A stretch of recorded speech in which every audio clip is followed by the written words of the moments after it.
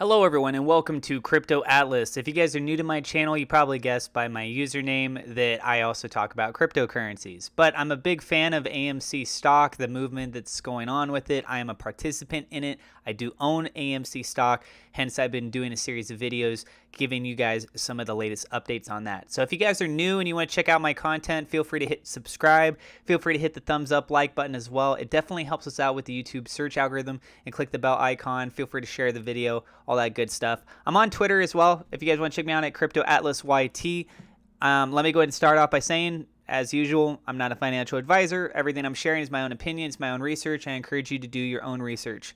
Let's go ahead and get into this. So starting off, it is official 002, this new rule, this new regulation that's coming down, cracking down, really monitoring what's going on with the shorts and being able to cause some margin calls much more frequently. This has now been officially registered.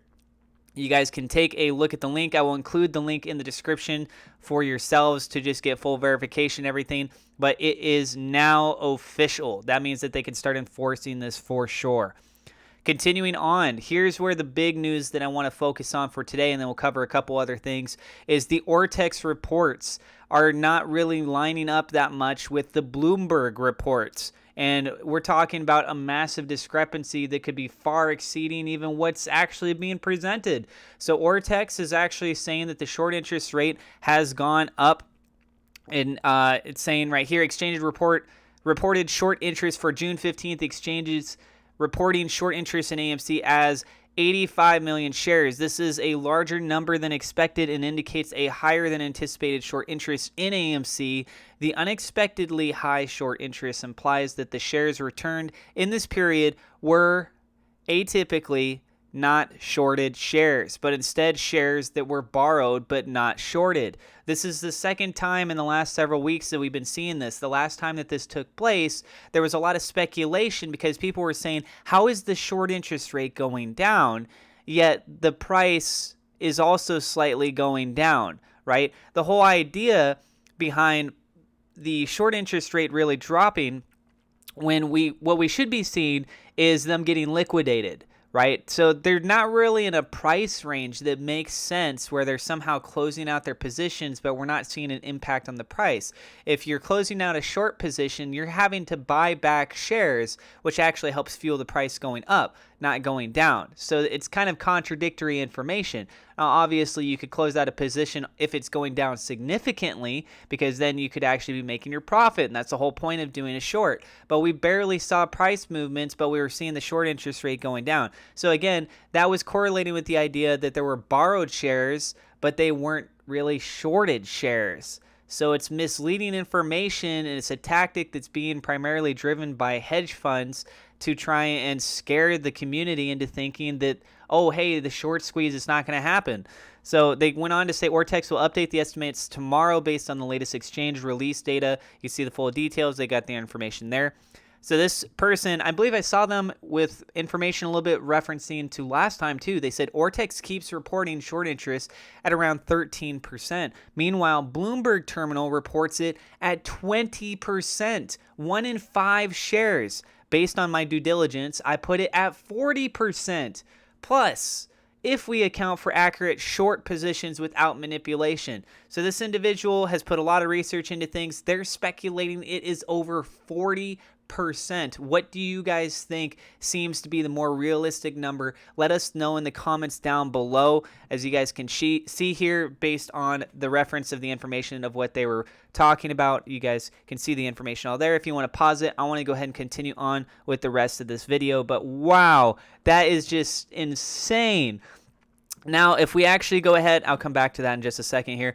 The calls that are in the money, we have 70,109 calls in the money that do expire tomorrow. If we can hit above $60 and close out the week for $60 plus, it's going to be beautiful. There's going to be a lot of extra calls that we should see closing in the money. 950,000 shares, almost 1 million available to borrow. This does seem like this number went up.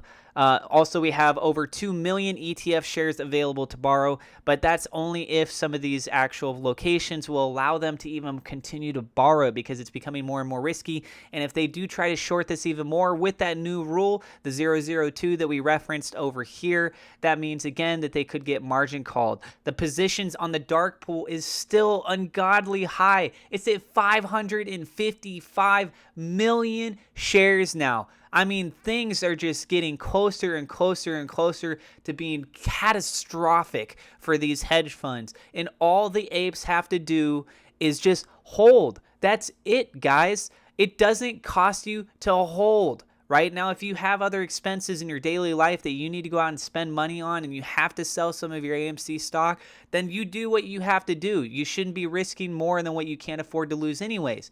Anything can happen, especially with all this stuff that they're trying to manipulate. But we're part of a movement. We're seeing changes literally taking place, like this new rule that just came through right now because of us coming together and because of us having such a strong conviction and because of information that just doesn't line up. So a lot of things have a lot of opportunities, and we could be a part of something bigger than we ever expected to actually happen.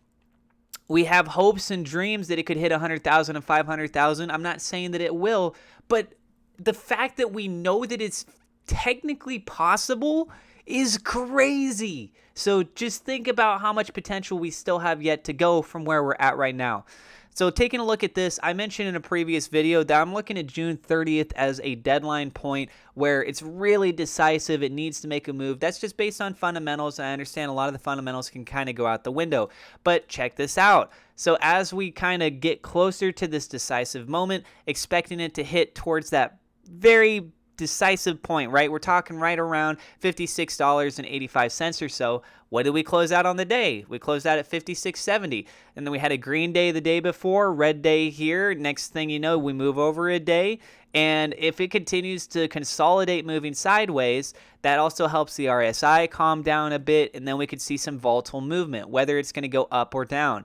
I mentioned this previously, but if it does go up, I would expect us to have a nice little rally to just under $100. I don't know if we're going to be able to hit $100, but if we can get up to these points in this range with this amount of time, with the fact that the shorts are all averaging right around the $10 range, and they're still holding. Why? Because they're stubborn, okay?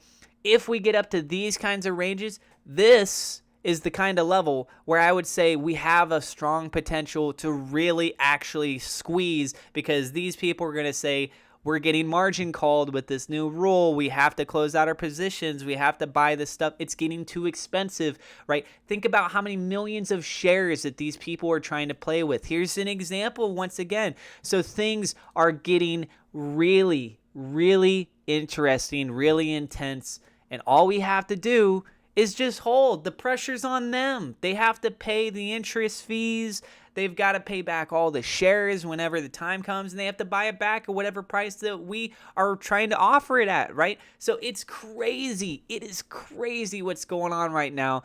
Let's go ahead and see how things continue to play out. Once again, guys, if you're new to the channel, don't forget to hit subscribe, hit the thumbs up, like button, and share the video on social media. You can use hashtag AMC, hashtag AMC squeeze, you know, all kinds of stuff like that. It really does help me out a lot. I want to thank you guys. Tell me in the comments down below what you think the actual short interest rate is, if you had to take a guess. So thank you guys for being here. And I got referral links in the description if you want to get some free cryptocurrencies or stocks. It's a nice way to help out my channel too. And I will see you guys in the next episode.